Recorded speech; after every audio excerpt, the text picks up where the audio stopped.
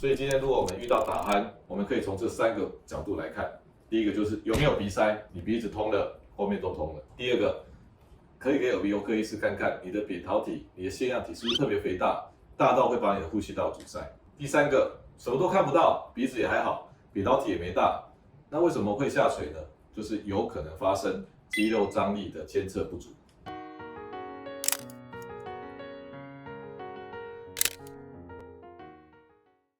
大家好，我是未来健康研究院方世清医师。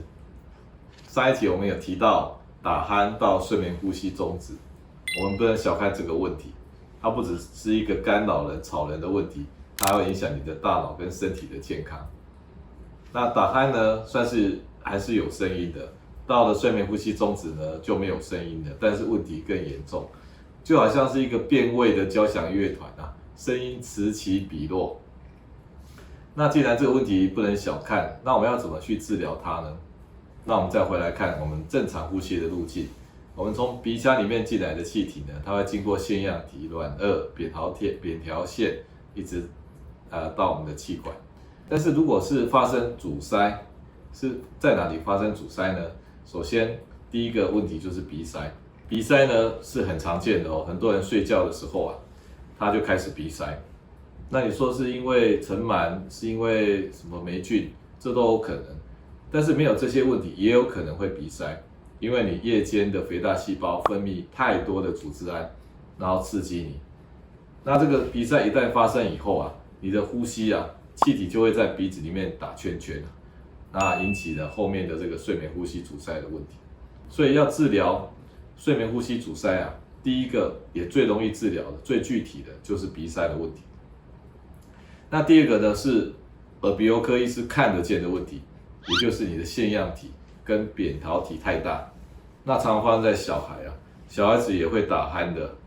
那小孩子打鼾呢，你要去看他的腺样体跟扁桃体有没有太大。那如果真的太大呢，处理这个问题也是有助于呼吸的。那接下来第3个问题是看不到的问题，也就是他的软腭跟舌根是下垂的。那下垂，夜间睡觉的时候下垂，所以堵到你的呼吸道，那这是看不到的。那你认为是因为重力的关系吗？你只要睡高一点或侧睡，你就可以改变这个问题吗？事实上不是这样子的。方医师认为啊，为什么夜间睡着以后，你的软腭跟舌根要下垂呢？是因为你这个地方的张力，肌肉的张力没有把它监测好，所以你睡觉的时候，它就没有足够的张力撑住，它就掉到后面去了，那影响你的呼吸的通畅。这样的问题就跟一个胃酸逆流的问题是一样的。有人都只有一个夜间胃酸逆流的问题，白天不会。那为什么会这样呢？有人说还是一样是躺平的问题，所以呢，你的胃酸就有机会逆流，然后造成你的一个刺激。那方医师也认为这不是单纯的躺平的问题，是因为贲门也就是关注我们的胃的上端的这个贲门呢，肌肉张力在睡觉的时候没有被监测，所以它松了，所以你一大袋的那个胃酸它就逆流而上。那这两个问题也常常容易一起发生的哦。有睡眠呼吸阻塞的问题呢，跟胃酸逆的问题呢，常常都是有共病的问题一起发生的。那都有可能是出在睡觉的时候，我们的大脑没有好好的监测你的软腭跟舌根，没有好好的监测我们的贲门，造成它软趴趴的，然后就堵住我们的呼吸道，造成我们的胃酸逆流。所以对一个阻塞性的呼吸我们可以从这3个角度来看。第一个就是有没有鼻塞，有鼻塞是最好处理的，要处理掉，你鼻子通了，后面都通了。第二个，可以给耳鼻喉科医师看看你的扁桃体、你的腺样体是不是特别肥大，大到会把你的呼吸道阻塞。第3个，什么都看不到，鼻子也还好，扁桃体也没大，那为什么会下垂呢？就是有可能发生肌肉张力的监测不足。那我们要如何治疗呢？我们要治疗鼻塞，我们要治疗肥大，我们要治疗下垂。首先，鼻塞怎么治疗？鼻塞呢，以耳鼻喉科医师的建议，目前最有效的还是认为用鼻腔的类固醇喷雾剂，就那一种含有类固醇的喷雾，然后你睡觉前呢往鼻子一挤，那这样是可以降低鼻子的发炎的。那也有人推荐呢，用食盐水去做鼻腔的冲洗，也就把食盐水装在一个鼻子里，然后去挤压，然后到鼻子里面冲洗。这2个方法是被耳鼻喉科医师认可，是可以改善夜间鼻塞的问题的。那最直接的就是用抗组织胺的药物。有一集方医师有特别提到，有些病人呢晚上组织胺太高，那这时候就使用抗组织胺药物。如果你组织胺高，同时影响你的睡眠，你可以用第1代的。那第1代的抗组织胺呢，它也会进到你的大脑去，然后把脑袋的组织胺浓度降低，那有助于睡眠。那如果你睡觉都还好，你可以用第2代、第3代的，不会进到大脑去的，比较不会影响睡觉。最后一个可以用鼻腔的去充血剂。平常以前我们吃的感冒药都有一个叫做麻黄素啊，它是可以直接让你的鼻腔比较干的。所以有人吃感冒药鼻子变得很干啊，就是这个药物的作用。可是这个药物呢，虽然它效果很好，鼻子会很干，可是它也会有点刺激我们的心跳、心脏，造成睡不着，这个都有。所以以上这4种药物啊，都可以在夜间去改善你的鼻塞。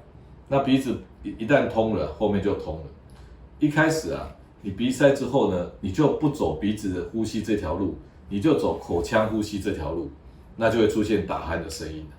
所以你如果听到你的家人呢晚上在打鼾呢，第一个要考虑的问题就是，是不是鼻子这条路不通了，是不是晚上鼻塞了？那你治疗鼻塞就会治疗好打鼾的问题。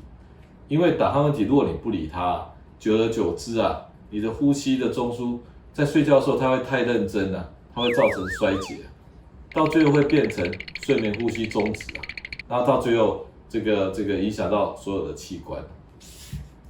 好，那我们来治疗这个肥大。那早期有一种手术叫做悬雍垂二烟成形术，简称叫 UPPP 啊。它这个开刀方法是什么？它把我们的这个悬雍垂啊，还有这个扁桃体啊，一起都开刀开掉。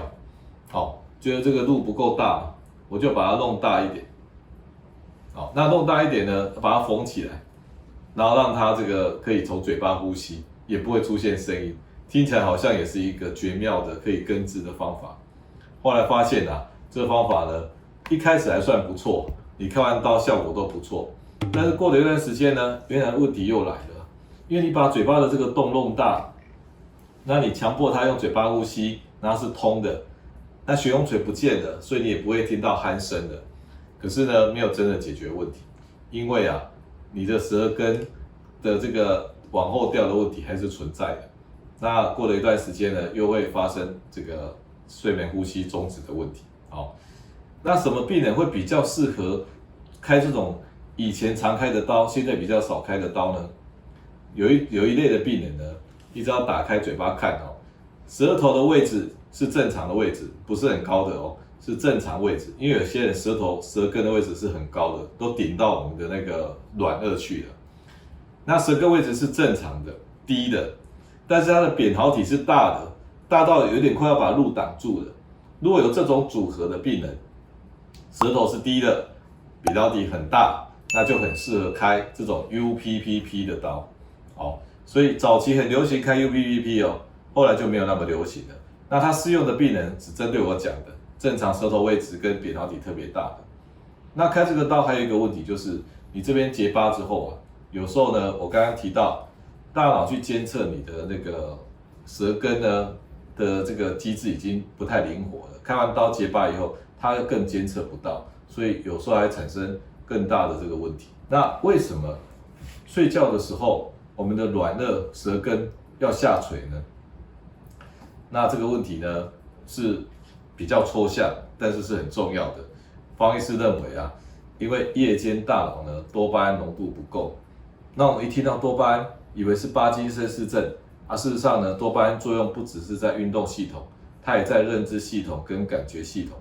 然后在感觉系统呢，它就是负责找到我们身体器官的位置感，它要去监测每一个器官包括你的手脚，包括你的内脏如果晚上多巴胺浓度太低，它没有办法监测我们的器官，比如说没有办法监测到脚，你就找不到脚。